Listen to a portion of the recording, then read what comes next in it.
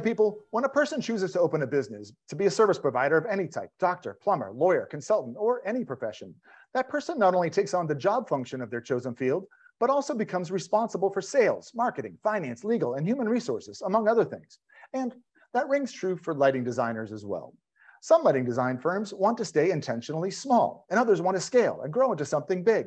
But no matter what the aspirations, all small businesses learn lessons along the way that often separate the very profitable and successful firms from others that might not reach their goals.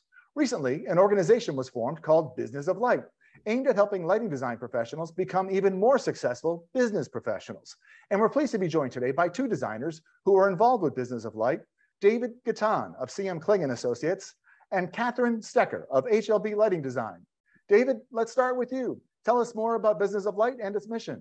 Well, thanks, Al, and thanks for having us. So Business of Light was formed by a group of like-minded lighting professionals, many business owners, and really looking at how to provide education, mentorship, and information on how to run a better lighting business.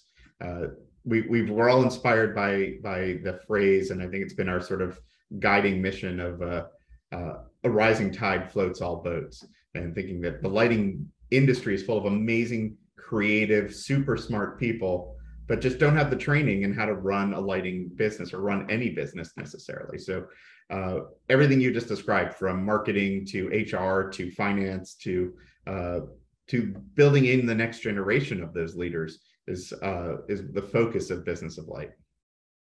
And Katherine, when you think about the audience, the people that might get involved with Business of Light, who are they and why should they get involved?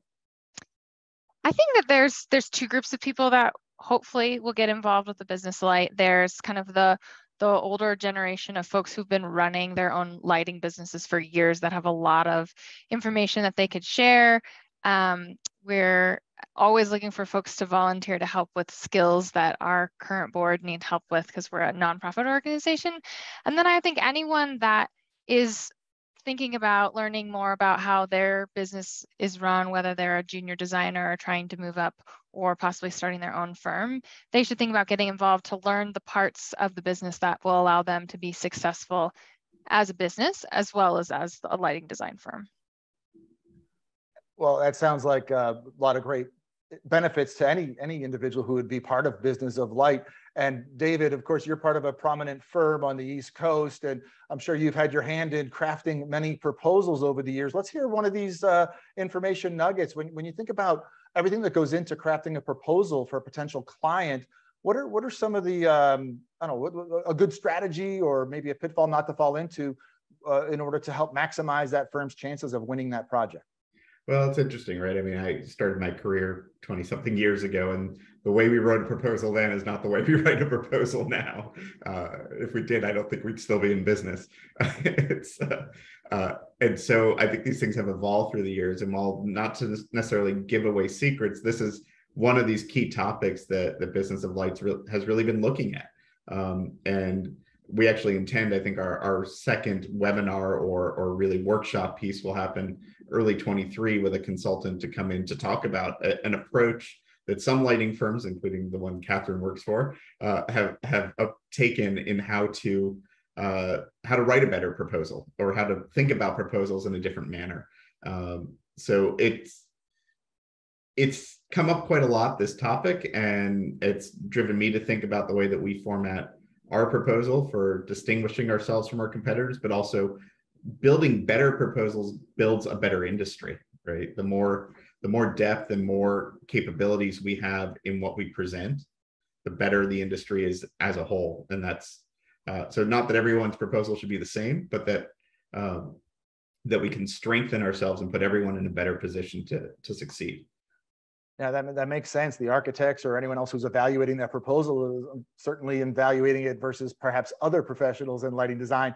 So yes, if we can strengthen the whole category and the whole proposal process, that may turn into better projects, which is really one of the main goals of what we're all doing in this industry. And Katherine, when you consider the audience or the type of professionals that would potentially be a part of Business of Light, and you reflect maybe on your own career or other careers you've observed, what are some of the early pitfalls that younger designers or lesser experienced designers might fall into, and how would he or she avoid that pitfall? I think younger designers perhaps are more focused on the fun parts of the job, right? The actual design, the presenting to the clients, the seeing the project come to life, and get lost in the fact that this doesn't happen unless you've got somebody behind the scenes doing the proposals, doing the accounting, sending out invoices, getting paid, those sorts of things. I don't know that our younger design staff know about. And so it's important for younger designers to recognize that they need to be business savvy, and the more savvy they are, the more it helps their firm. But it's also important for our kind of business leaders and senior designers and firms to mentor the younger generation so that they can start to have sustainability in their company as they kind of want to do an owner transition. At Enlighten Americas in the end of September, we're going to have Jen Armstrong lead a session right before the conference starts, where she'll go over some of these strategies on how to get kind of younger staff more involved with the business workings. And we're really excited. I think we're almost fully booked, which we're very excited about, and really happy to have Jen come speak at Enlightened. Oh, that's really exciting. And of course, it's the first Enlighten Americas that we've had since before the pandemic. Late September in Palm Springs, California. The link is on the Inside Lighting calendar, as well as the IALD website, of course. So sounds like a great way to kick this off in person. And it sounds like an all-star cast with the two of you, plus Jen, plus others that are involved. But David, how are you folks validating that the content you're providing is on target with what the target audience and the business professionals who attend will really grasp onto and learn from?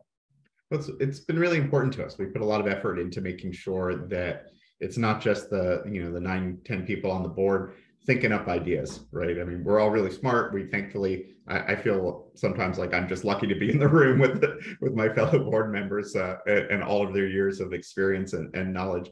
But we started with a survey. It's gone out publicly. We've sent it out. It's on our website. It's on our social media as well.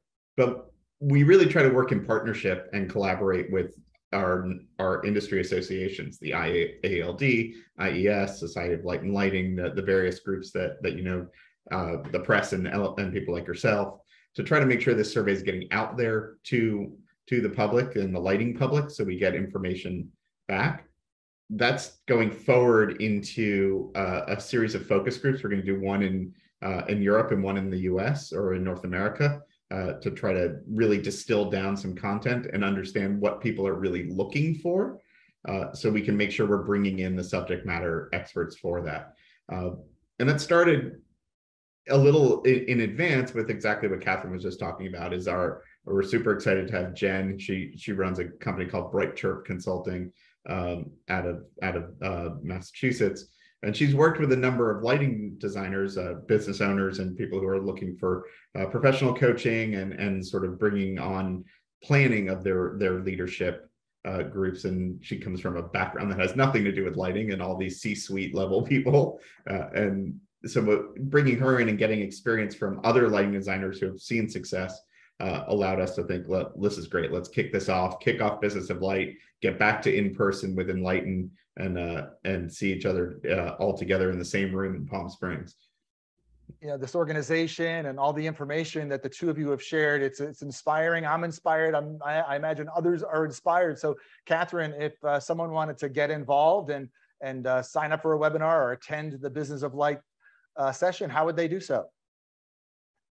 So the best way to get a hold of the Business of Light is to go to the website, businessoflight.org. There's all the information on the Enlightened event. All the upcoming webinar information will be up there. That's where you can register. And then there's contact if you're interested in future educational events or want to get involved and help volunteer or share some of your skills with the board. We're more than happy to take you in and put you to work. So and follow us on LinkedIn and Instagram for the newest, latest and greatest. Yeah, I follow you on social media. I've been on the site, which is actually quite comprehensive and well done.